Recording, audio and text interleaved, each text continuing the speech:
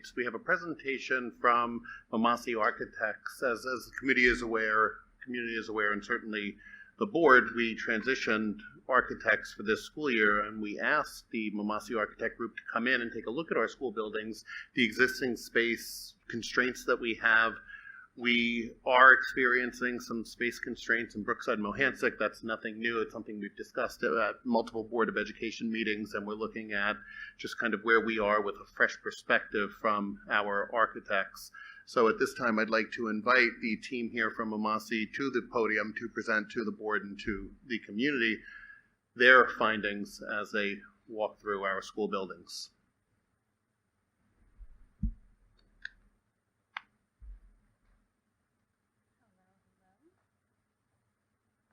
Good evening. Thank you for having us. I'm just going to introduce myself and the rest of our team. I'm Tina Masidi-Sanz. I'm one of the managing partners.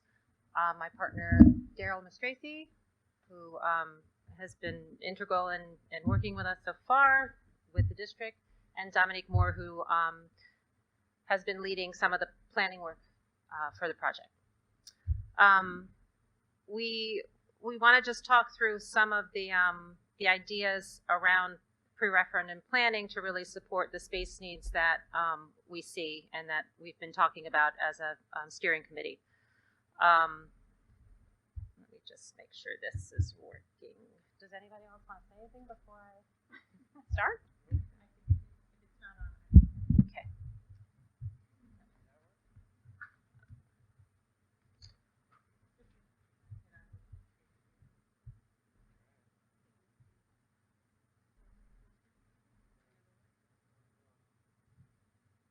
There we go.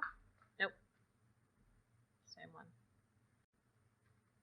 You want to do it? That's fine. We'll give you a cue. Okay. We're good. So we're going to go through some pre-referendum planning. We're going to talk through some of the space needs and limitations and findings that we have discovered through the discussions with your administrators, many of your teachers from at all the schools. We started this process a couple months ago where we met with everybody individually. We've walked through the buildings. We've been discussing our findings with the steering committee, and have gotten to a point where we can talk at least about what the needs seem to be, and based on the limitations that we have found. So one of the things I just want to talk through is how we approach planning.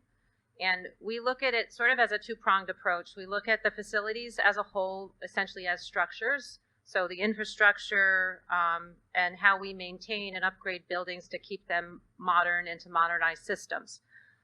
We also simultaneously look at instruction. So we're looking at things like space to support collaboration, creativity, critical thinking, communication, and even the district's vision as a whole to instructional space, to workspace, and to social space. So there's a number of items on this slide. I'm not going to go through each of them, but essentially we start with looking at facilities. We look at safety and security, so sort of a layered approach from the outside of the building in. That's things like vestibules, exterior doors and windows, and then getting into the interior door hardware, window systems, and even things on the exterior like fencing and exterior lighting. We also look at health and wellness, so things related to a healthy environment, clean filtered air, thermal comfort, lighting quality, even things like clean drinking water and sustainable building materials. We also look at infrastructure and maintenance, so modern electrical systems, mechanical systems, and ways to improve efficiencies. And we look at things like the exterior envelopes, maybe where there might be air infiltration at doors and windows. And also accessibility, which is very important, and trying to provide access for all with it, whether it's at a main entrance, in toilet rooms, interior doorways, and even throughout the site for pedestrian circulation and parking. And general site improvements, so looking at your campus as a whole, all the campuses at each of the schools, looking at athletic fields, parking lots, driveways, circulation patterns, and even things like stormwater management as it relates to building sites. When it comes to instruction, there are a number of components that we really try to focus on. The first one is the classroom. So looking at flexible classrooms for individual study, for both individual traditional lecture, but also team-based learning, and that incorporates things like spaces that allow for multiple teaching walls, for flexible furniture, write-on surfaces, and items like that. One of the big things is extended learning areas. As small group learning has become more important, we look at things like breakout rooms, small group spaces, small conference rooms that can be used either for instruction or for team meetings, independent and group work as well. And for students, when that comes to students, doing it in a manner where they can still be supervised. Student commons and media centers, those are sort of really important trending spaces, trending in the sense that they've become far more than just a library or a common area. They're really now flexible instructional spaces that support community events. They support event spaces. They're zoned to allow for small and large groups, for various learning modes and methods, for casual learning, for formal learning, and frankly for socializing as well. Technology and innovation is another factor, looking at the types of spaces that support modern technology along with traditional technologies. So robotics, STEM, STEAM, maker spaces, building technologies, building sciences, fashion in some cases, music as well. And then student wellness in general. So looking at how student support services are organized and how comfortable students are to actually utilize these services. So the focus group meetings, when we sat down with everybody, we really, we asked a very basic question of how your facility supports instruction and where they see the deficiencies to deliver their program. And Dominique is going to talk through a lot of the findings, and then we can talk about next steps and have a discussion about that. I'll leave this for you. Yep. Hi, everyone. So like Tina mentioned, we went around to several. Oh, I'm sorry. Better? A little bit better? Better. Okay. So like Tina mentioned, we went to all of the schools. We did a tour. We spoke to the principals, the assistant principals, a lot of the teachers and the staff. To kind of put together some of the observations and findings. So the first school we're going to present is Mohansic, which is our K-3 elementary school. In general speaking, we know that Mohansic is one of the schools that are at capacity with enrollment and is looking for more space. So we really found that a lot of these small instruction spaces were being held in the hallways due to a lack of actual instructional space. And there's programming that is underutilized, for instance, like the music room, because it's being held in the cafetorium on the stage, and it conflicts with when cafeteria services are in function. And a lot of other smaller things, such as like, a lack of professional development space, focused heads down space for students and teachers, and even when parents come in for parent-teacher conferences. So those type of areas. And so this slide just kind of highlights in general the overall floor plan of where these observations and findings are located. And then as we move through the slides, it just kind of zooms in on a location and an observation. So for instance, in terms of the small instructional spaces, you can see by the photos here that there's just a lot of instruction happening in the hallway here.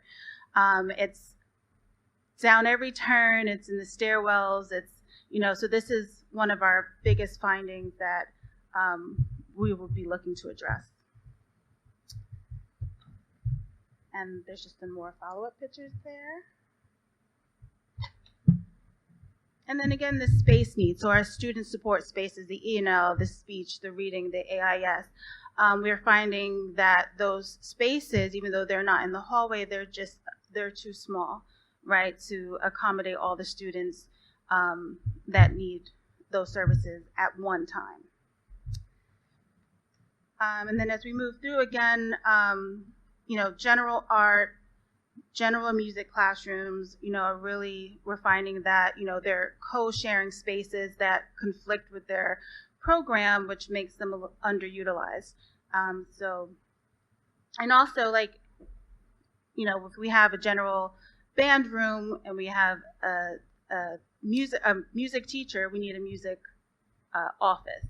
So just bringing those spaces together more efficiently. So then in terms of eSteam and library, we found that they work really well together, right? They work well in the same space.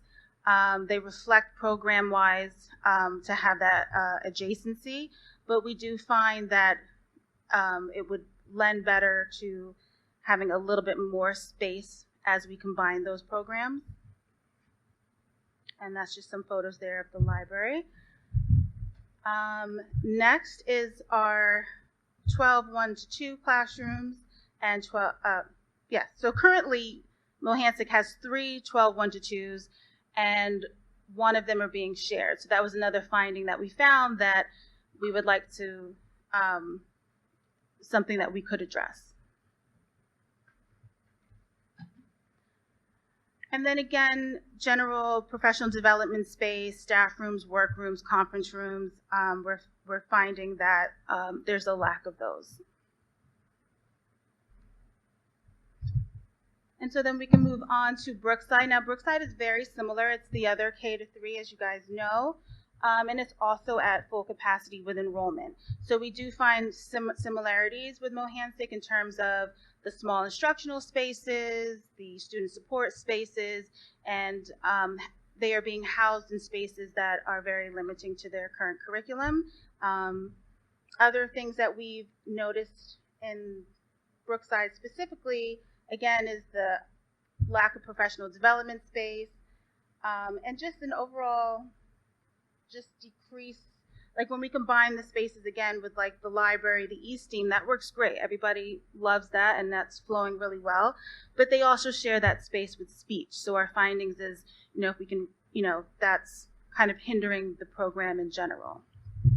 And so again, we broke out some highlights to Brookside.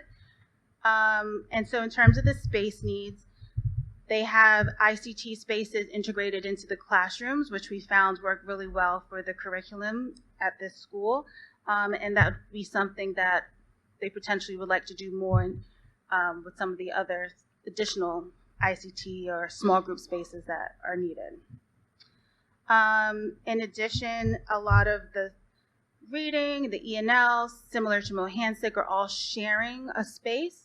And we find that kind of hinders how they run their programming, with multiple teachers having to be flexible and work around multiple schedules, and then also accommodating the students. Another joint space that we found are the social worker, the PT, the OT. They don't have dedicated spaces, so again, they're sharing, and it becomes a space concern with them all being in the same room. And then again, as I mentioned before, it's the conference rooms, the professional development rooms, resource rooms, and then general updates in terms of the bathrooms. There's a lot of individual bathrooms, especially for the kindergarten rooms, and so they just need general updates. And so then we can move on to Compound, which is our 4 to 5. And so we have less findings here. We don't tend to see as much of an enrollment capacity issue here.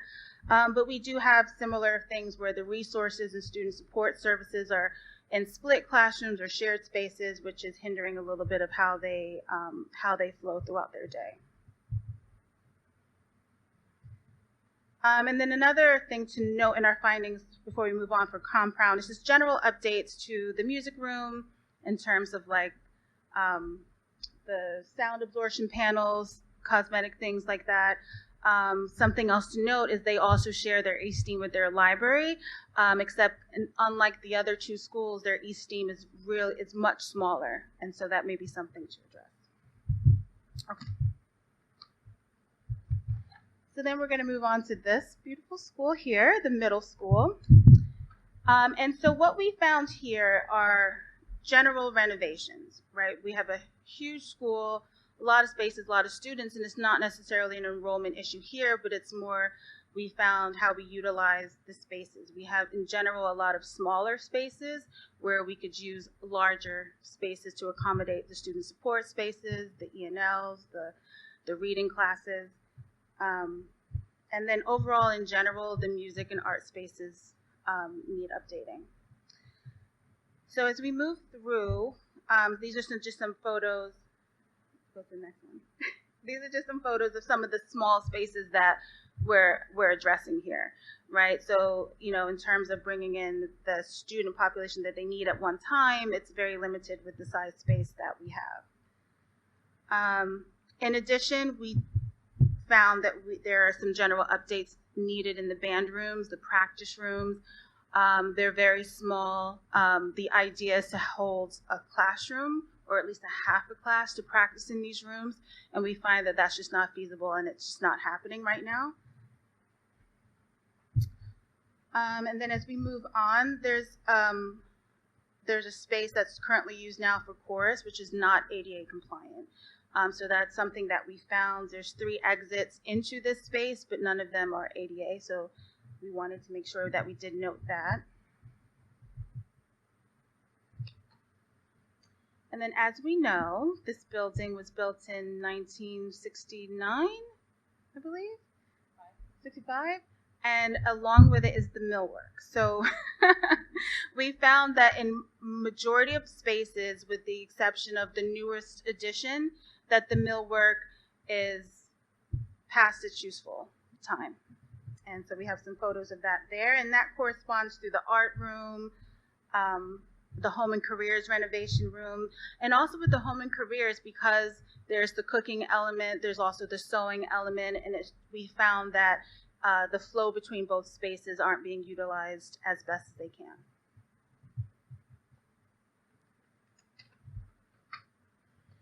And then just moving forward, our science rooms, again, just illustrates where the quality of the millwork and where it sits today and our findings in relation to that. And then in general, so we're looking, when we talk back about ADA, we're also looking at there's a significant amount of door hardware that we found that is not ADA compliant. There's several bathrooms that could use some updating. We have findings where we have a lot of wire glass in locations, skylights in locations that aren't necessarily functional. And then also with the lockers in the newer wing, although they are newer lockers, the finding was that they're not as functional or utilized because they can't be allocated to different students top and above. And then in addition, the elevator is something that we found needed to be also updated. And then that brings us to our high school.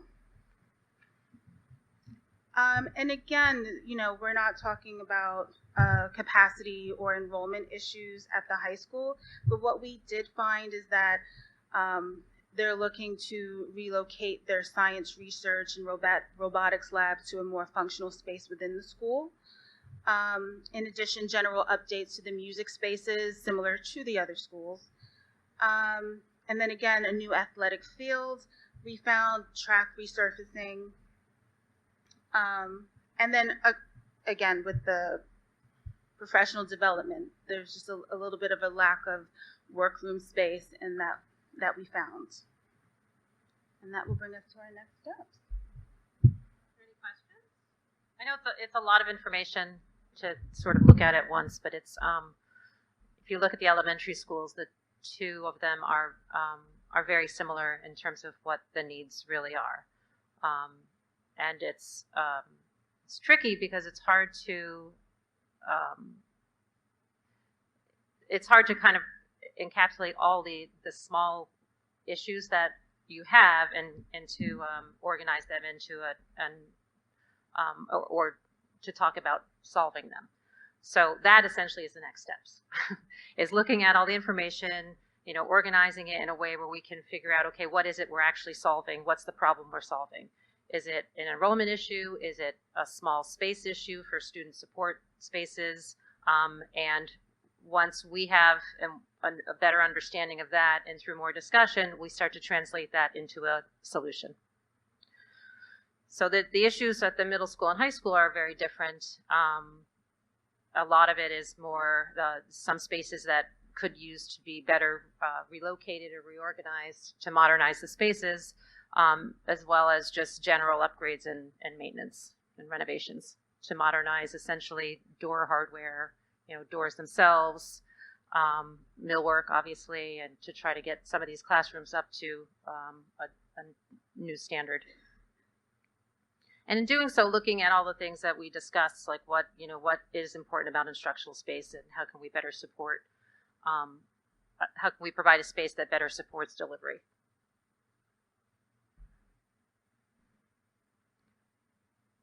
A couple of things. One, Ron, we're going to have the demographer come talk to us about the demographic studies so we can talk about future enrollment needs and Yes, current enrollment needs. That's for an upcoming meeting to just project out with the construction that's forecast in town and without the construction, looking at enrollment projections 10 years out.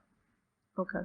All right. And I know you wanted to make sure that some of the pictures are illustrative and not necessarily every single classroom. Ron's getting a little nervous over I think that's here. the one thing that I wanted to point out is we showed the worst of the pictures, and this is not every classroom in the middle school, and I just wanted to make sure that that was clearly noted for the view, because at home there may not be this context when we post the presentation online. So these were more the exceptions as opposed Absolutely. to the And a lot of the concerns are in the areas on the plan that we've highlighted, and you'll see that they're not all over the place. They're actually very isolated locations. Right. Pete, did you have any questions?